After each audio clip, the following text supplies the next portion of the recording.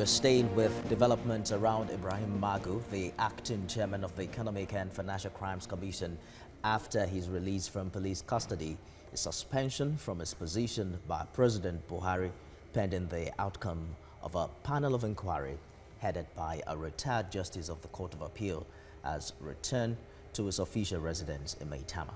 A source told TVC News that he is in high spirit and in the company of all wishers who prayed with him as he arrived at his home in Maitama.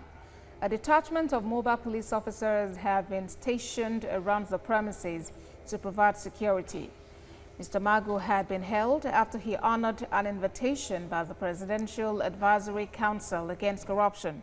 His release from detention followed a request from his lawyer, Wahab Shitu, to the Inspector General of Police to release Mr. Magu, and the subsequent clarification directing his lawyer to address the request to the panel of inquiry. Tomorrow, Mr. Magu is expected to open his defense before the panel investigating him on 22 allegations contained in a memo sent to the President by the Attorney General of the Federation and Minister of Justice, Abubakar Malami. Meanwhile, the last 1 week has seen several publications in respect of matters claimed to have been brought against the former acting chairman of the EFCC, and Ibrahim Magu is having none of that. A letter from the chambers of Mr. Magu's lawyers called the attention of the chairman of the Presidential Investigation Committee, Justice Ayo Salami, to media reports it considered prejudicial to the proceeding of the panel. It was reported that the Nigeria Financial Intelligence Unit submitted a report where Mr. Magu's foreign exchange deals were reviewed. But the former EFCC chairman says he has not been confronted on alleged illegal transactions and no such report was tendered by the NFIU. Mr. Magu also denied any link with Kaduna-based Bureau de Change operator as erroneously reported in the publication.